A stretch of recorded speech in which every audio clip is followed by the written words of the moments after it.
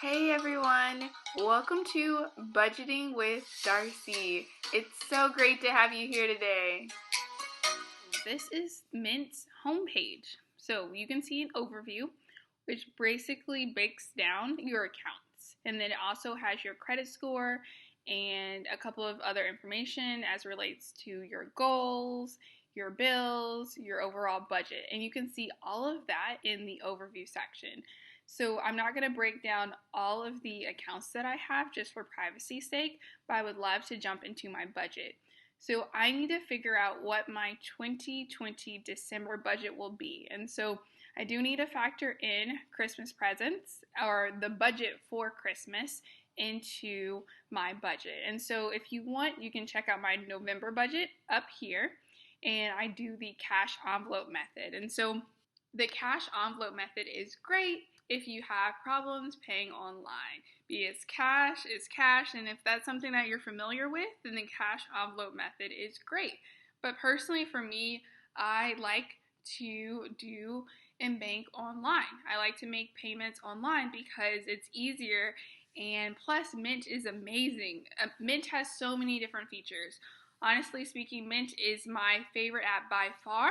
Definitely need to check out some of the other budgeting apps, and I will be more than happy to leave a review on them on YouTube. But I love Mint. Mint has so much. Like I said, you can see the overview of all of your accounts all in one place. You have transactions, you have goals. So I have a savings goal of $5,000 by the end of this month, by the end of December. I want to have $5,000. I'm not sure if I can reach that goal, and I will post a video on goals a little bit later. And also, it goes into your credit score. It also goes into the bills that you have to pay with your credit cards. And you can even pay for your credit card debt on Mint. So it's amazing. And it also talks about budgets, and it talks about trends. How do you compare to other people who use Mint? Typically speaking, those that use Mint have an above average credit score. I believe they said the average was 705. So definitely if you are starting on Mint, or if you are using the Mint app, you are ahead of the game because you are using Mint to keep track of your finances. So I am going to go into my budget. I need to figure out my 2020 budget. Okay, so, Okay, it looks like I have no income yet, which of course I get paid on 2 days of the month, and I get paid on the 7th as well as the 21st of the month every month. So I have no money coming in. So it looks like right now that my budget for auto and transport is $180. And so that's a rollover from last month. And so I definitely want to keep that the same. I probably will be under budget for auto and transport because I allot $100 for gas and then $80 for insurance. And so I'm actually going to click on that now, and we can go into it a little bit. So for this budget right here, you can see that there is a transaction. There's one transaction pending. So my auto insurance is normally $80, but because less people are driving, and because less people are on the road, my AAA insurance has decreased from $80 to $35.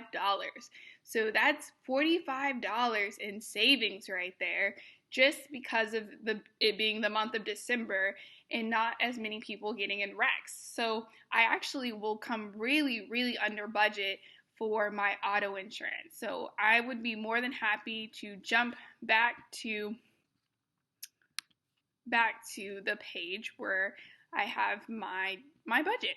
So auto insurance. Now that I think about it, I actually am going to reduce this because not only did my auto insurance get cut in half, but likely my gas bill, which is $100 a month, will be cut in half as well. So I am going to actually, considering that my gas should be cut in half because I won't be driving into work because of Christmas break. So to get an idea, I work at a school. And so we are on a school calendar. And typically speaking, students as well as teachers get 2 weeks off. So I'm going to cut my car insurance, or my car insurance is already cut in half, and gas should be cut in half. So $35, and then adding an additional $50. So 35 plus 50, that would be $85. So I'm actually going to reduce this auto and transport budget to $100. I just want to have a little wiggle room for myself as it relates to auto and transport. So I'm going to leave this as $100. So my insurance is already taken care of, and then what I have left is in gas, or what I have left to spend is gas. And as you see, there's going to be $64 budgeted towards gas for the month of December. So let's move on. So my second highest expense is gifts and donations. I haven't made any gifts and donations yet, so I always am a month behind. So I need to make my gifts and donations to the churches as well as different nonprofits throughout the month of December.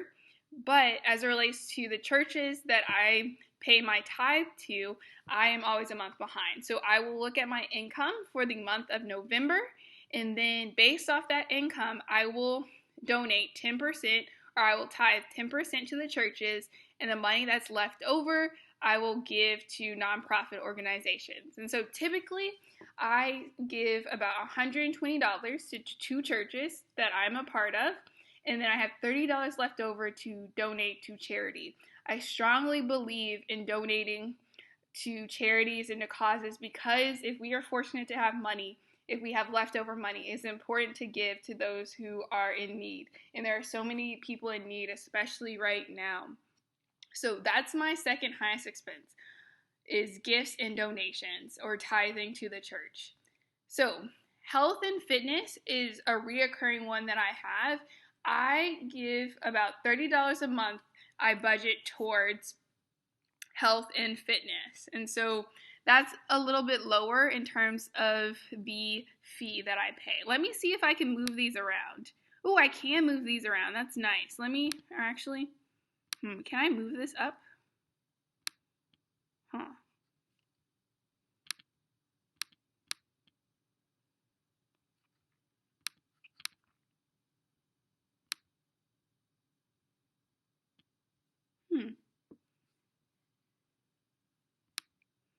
So it looks like I can't really move these up, and that's okay. It just won't be in order from the most expensive expense to the smallest one, unfortunately. So it looks like that's just a feature that would be really cool if they added, where I could move these different categories up or down based off the highest expense and based to the lowest expense, where I could rank them from the highest expense to the lowest expense. That would be really, really nice.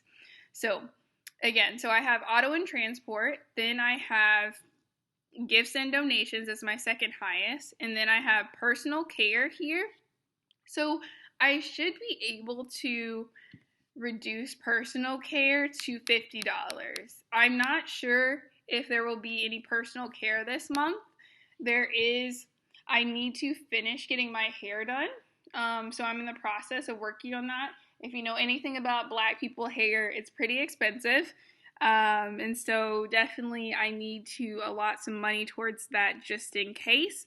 And I will also have miscellaneous expense budget, so that if my hair costs more, then I will take and draw from the miscellaneous expenses.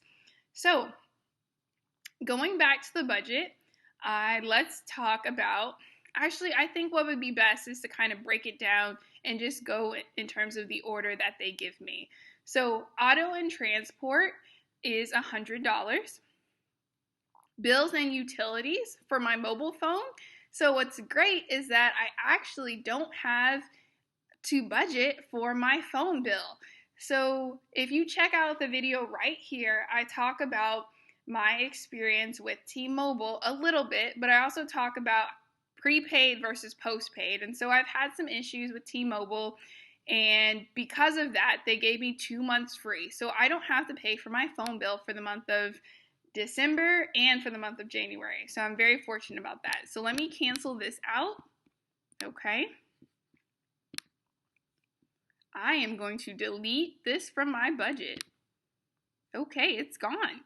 Now I have food and dining. So I'm going to leave this as $100.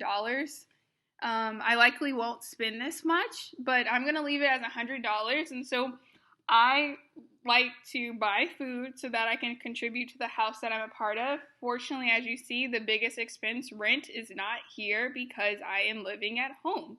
I am young and I am living at home with my parents to save money because right now, more than ever, it's really important to save money because we don't know what's going to happen in the world. And so it's important to just at least be prepared where we have a fund of money to protect us, protect our family just in case.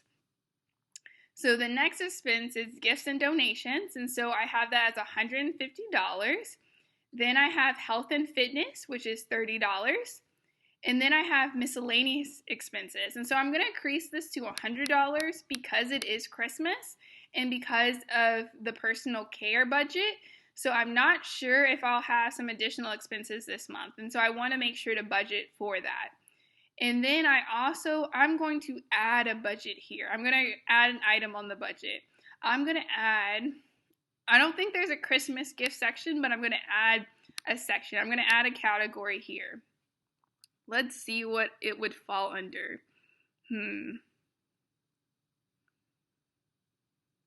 Hey everyone, I have a goal of hitting 100 subscribers by the end of this year, so please help me out and smash that subscribe button. Thank you so much.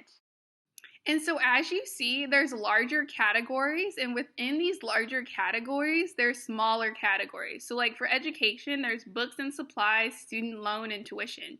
I personally like to do the overarching categories because I can keep in my mind how I'm dividing up the big ones. So like food and dining, I know that I have a $100 budget and that I will max spend $20 or $25 if I include taxes on restaurants or on fast food.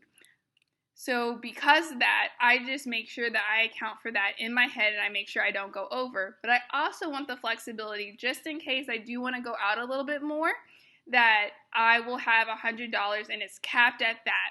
And I can split it between fast food, groceries, and restaurants. So I like that I have that flexibility with it and I'm not tied into a specifically narrow category. So there is some flexibility with having an overarching budget or overarching category, which is pretty nice. Okay, so it looks like I'm just going to choose shopping here. Yeah, I'm just going to choose shopping. Shopping is going to be the overarching category. And so I also get to choose when this will happen. Is it going to be every month, every few months, or once a month? I'm going to choose once a month because I rarely go shopping. I don't have anything to shop for. I either will be seen by my family or seen by the Zoom screen. So I don't really have to buy a bunch of clothes because I'm not going out very much. Most places are closed, so there's no need. So I'm going to increase this to $100. So what I highly, highly recommend you do, because it is during COVID, I would suggest reaching out to your extended family, reaching out to your family members and having an open and honest conversation.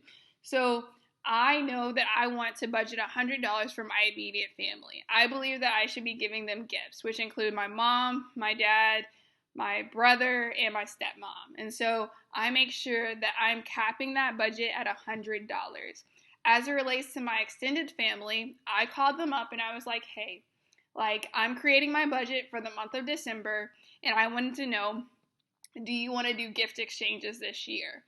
And I spoke with them, and we came to the conclusion that it was better to save that money and that we can follow up, and next year we can have an even better Christmas. And I was like, yeah, that makes sense. And so I highly recommend having an open and honest conversation with your family and just getting on the same page, because you definitely don't want to buy all these expensive gifts and your family members not buy gifts at all because they're like, we couldn't afford it. So yes, of course, if you feel on your heart to give a gift, then give it by all means. But if you're struggling right now, if you're in debt right now, and you don't feel like you really need to give a gift, or you feel like it would really break the bank, then I would just pass on giving gifts and just have a conversation with your family, because at the end of the day, they're your family and they should and will be able to understand. Okay, so, ooh, it looks like I already spent $1 of this shopping budget. Okay, interesting. So this looks like pretty much the budget that I'll have. So I have auto and transport, I have gifts and donations, which is the second highest expense typically, and then I have food and dining, and then I have the miscellaneous expense, and then I have shopping for Christmas presents, and then I have personal care, and then I have health and fitness. Okay, that looks like it's about it. It looks like I have everything covered. So this is about 7 categories. So it looks like my budget is coming in at $630. So just to give you an idea, I get every month about $1,259 and some change. And so that's how much traditionally I would take home. But before I even touch that money, 10% of my money goes towards a fund for a sick family member. So right now, more than ever before, there's people getting sick of COVID. And so right now, I'm so very fortunate that that family member is healthy, but they do have a history of having illnesses. And so if you are fortunate enough to have some money, have some extra money, you can start setting aside and budgeting money to go towards illnesses, to go towards an emergency expense as it relates to healthcare. So if you can start saving as soon as you can, then that would be great. And so 10% of my paycheck, before I even see it, goes towards an account for that family member. My take home is $1,133. And so as you see, I have allocated $630 of that budget. So what I have left, I'm going to do the calculations, but what I have left, $1,133 minus $630. So let me do that. So I have $503 left over. And so unfortunately, I have a savings goal of hitting $5,000, but I need to get $1,000 by the end of this month in order to hit that goal. But it looks like I won't be able to hit that goal. It actually looks like it'll take 2 months with this regular budget, or with the budget I have for December. If I carry that over to January, then I should be able to hit my $5,000 savings goal. And so it looks like I might have to wait another month, or I can do some side hustles that I have. So fortunately for me, I have access to doing DoorDash, which it would take a lot of work considering my area in order to make $500, if at all possible. But because it's Christmas time, there might be some peak times where I can get $2 or $3 extra dollars added to the baseline or the base pay that they give. As it relates to my other side hustle, I could potentially do VIP Kids. And so that's where I do online tutoring. And so just to kind of contrast them, I do DoorDash, which is just food delivery. And then I also have VIP Kids, which is online tutoring. And so those are my 2 side hustle options that I have available to me in addition to my full-time job. And so you might be wondering, I get paid $1,133, or that's my take-home pay after the 10% that goes to that sick family member. And so you might be wondering, is this low income? What do you think about this income? And so I decided to do a year of service, and because I'm doing a year of service working in education, I am getting paid lower. And so based off that, because I have a lower budget, I have to reduce my expenses. And so if you watch this video right here, these are 20 expenses that I cut out or significantly reduced in the year 2020 because my pay significantly decreased. I would say my pay now is about 1/3 of what it used to be, and then 1/6 of what it used to be. So definitely being able to budget your money, whether you have little income or whether you have a lot of income. So you have to start small. So like people who can't budget their money, can't budget $1,000 a month, won't be able to budget $10,000 a month. And so I make it a priority to live below my means. And so as you can see right here, my goal, 5K by end of year 2020. And so it tells me how much the goal amount, how much left that I need to have in order to reach that goal. So I can click into it. I don't know why it says 379.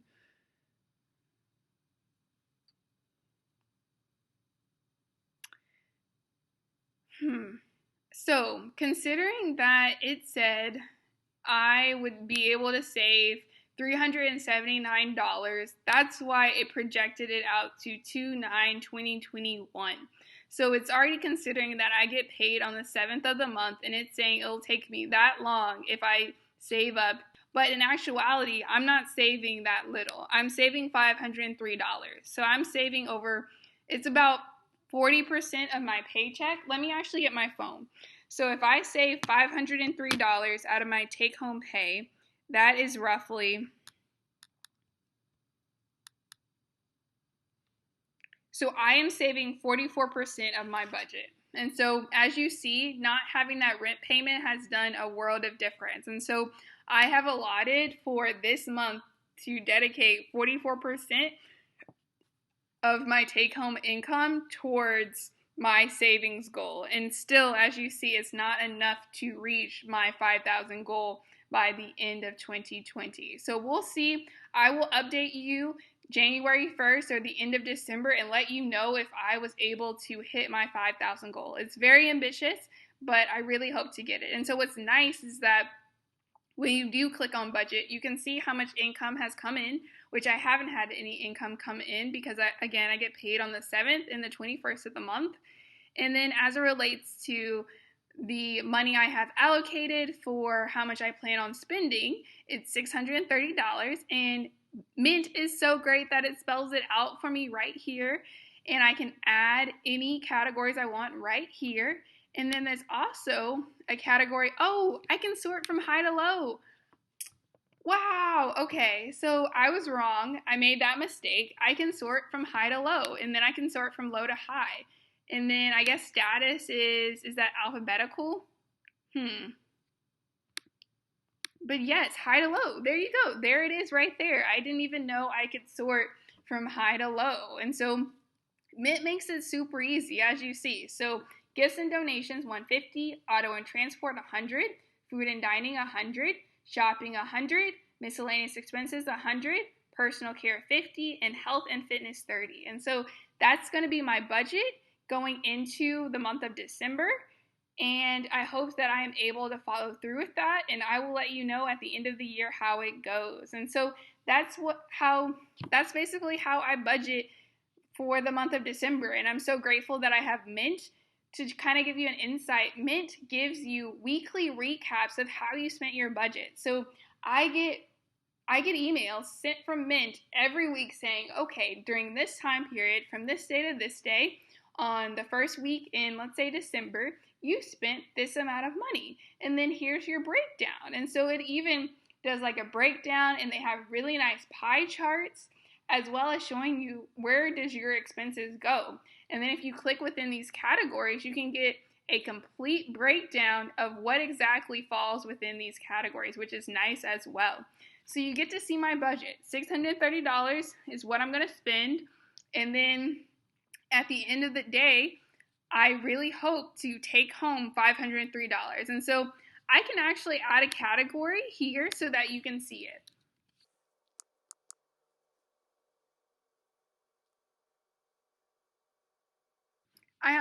I don't think there is a category for savings, unfortunately. I don't think there is. And so I'm going to try to make a category. Let me try to make a category. Okay. Let me try to make a category for savings. Let me see if I can do it. Okay, uncategorize. Okay, let's just do, let's do financial and let's just add savings. Let's just add savings here. I want to add a category of savings here. Okay, so I added the category, and now I'm going to say once. Actually, I want to set this up every month so you can see this category. So what's nice is that you can create your own categories as well. So I'm going to budget $503. And so just so you can get an idea, when I add this savings category right here as my most expensive expense, when it adds up $1,033, oh, it looks like there's $100. Wow, okay, it looks like I am missing $100 somewhere.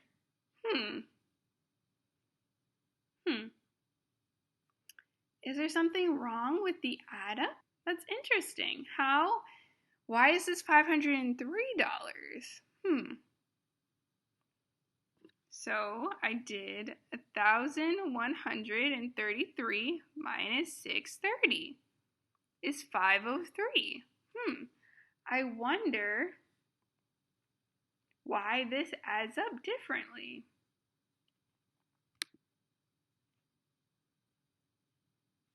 Oh, my auto and transport. I don't know what happened to it. What happened to my auto and transport budget?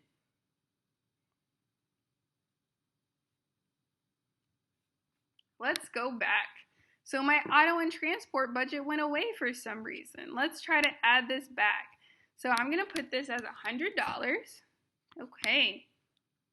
There we go. Okay, now everything is adding up. I was really confused for a moment. I was like, how did that happen? So now I have the total being $1,133. And so that's exactly my income. And so when your income minus expenses equals 0, that's how you do a zero-based budget. And so you can do that on Mint, right? And so what's really nice is that you can swipe your card and then the money will automatically fall into budgets for you, right? And so if you like working more with technology, if you like working with your credit cards or your debit cards, this is great, okay? So my total, 1,133 in terms of how much I spent equals my take-home income after taxes. So please stay tuned and watch another episode. Thank you so much. Please don't forget to like, comment, and subscribe. It really helps with the algorithm. I'm trying to hit 100 subscribers by the end of this year. Please help me out. And watch another video. I hope we can budget together.